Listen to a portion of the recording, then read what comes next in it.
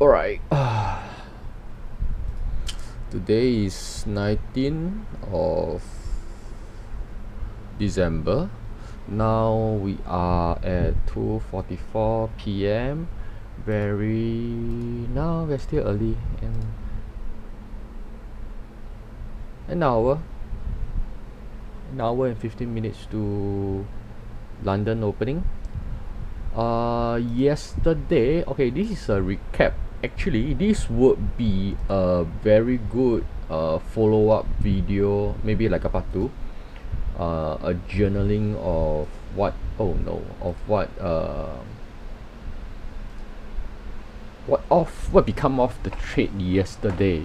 So yesterday we did one very interesting move. I did one interesting move that is looking to sell. In fact, I did two, maybe three. One, so this is yesterday, and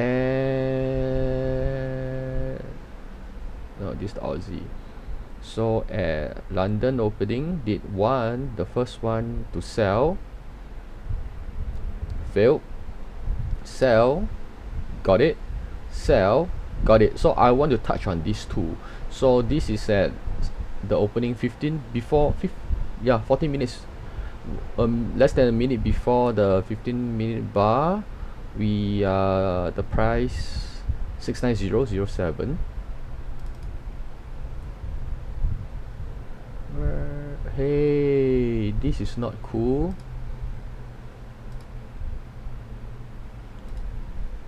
Five minute, 15 an hour. Okay, so yesterday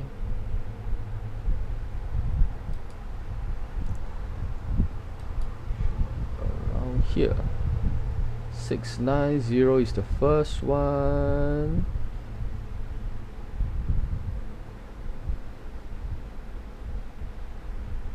Oh no, my bad, it's over here. Yeah, 690, about here, 415.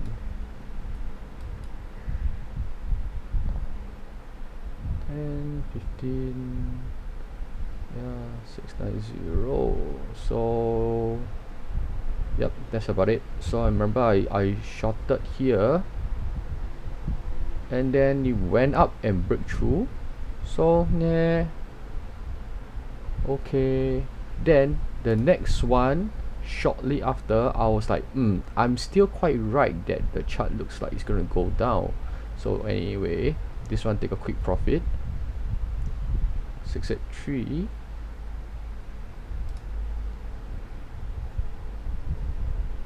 Yeah, somewhere around here. Okay, then what happened next is a follow-up trade.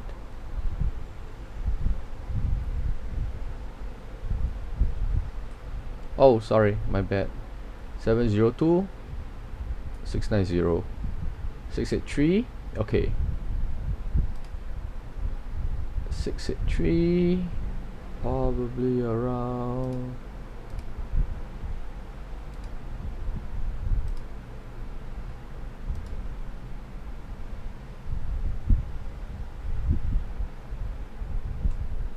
20. Nice.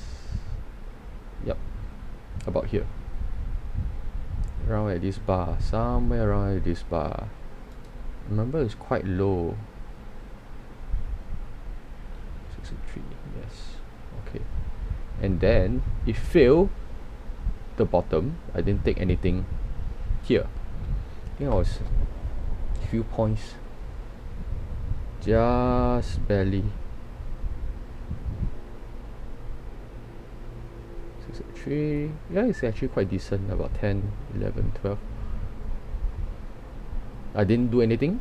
I'm looking at the lower side of the chart, that this vast empty space, but it failed, and then it started to break like a reversal.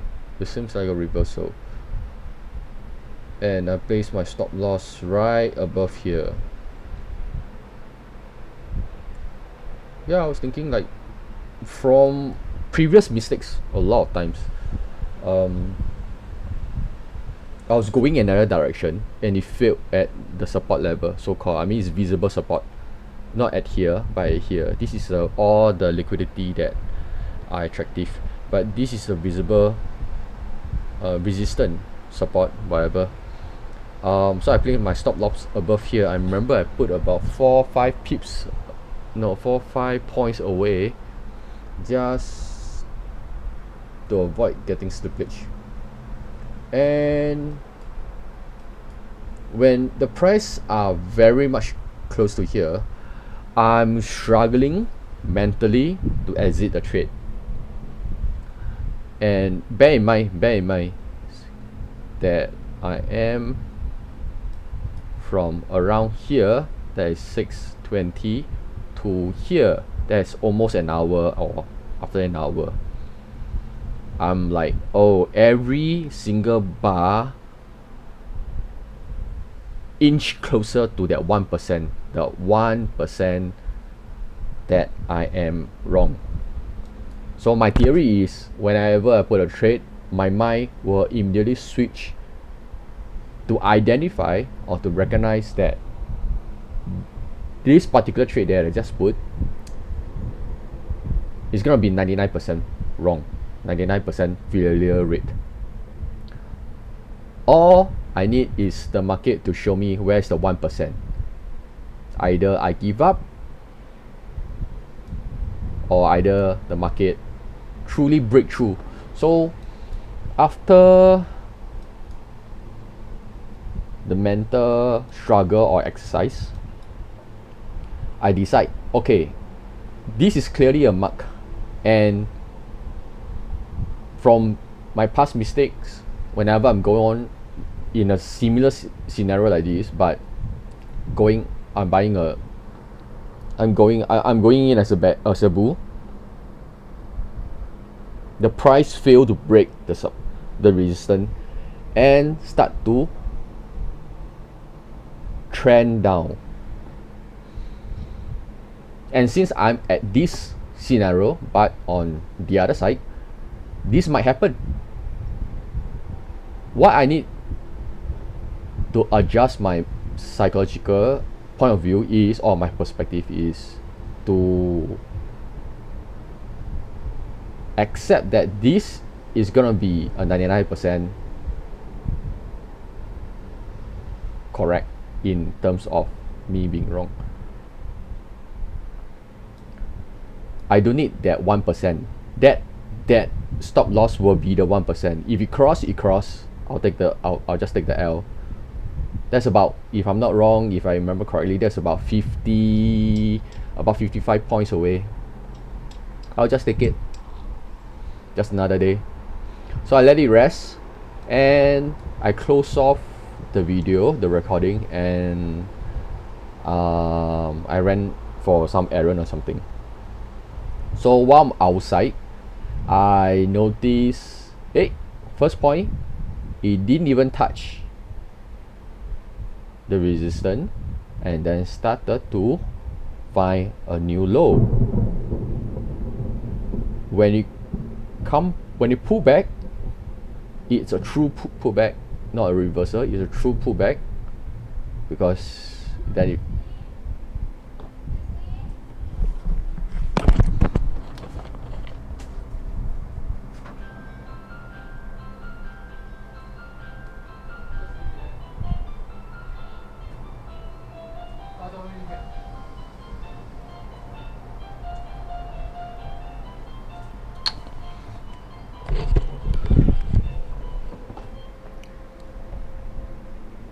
and as you can see, hours and hours and hours, every hours is creating a lower high and a lower low.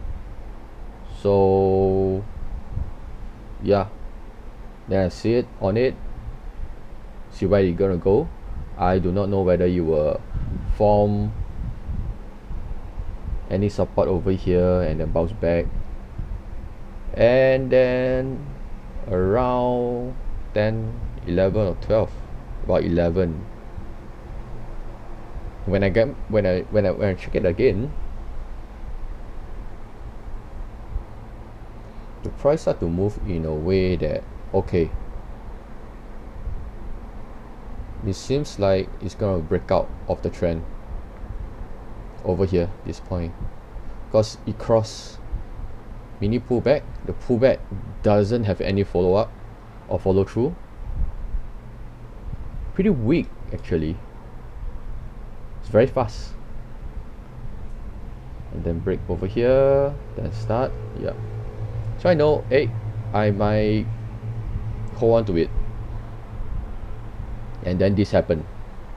So over at this point and then this point, yes, I do have that struggle to exit, you know, at that point, cut losses, take a minimum L. But then I was like,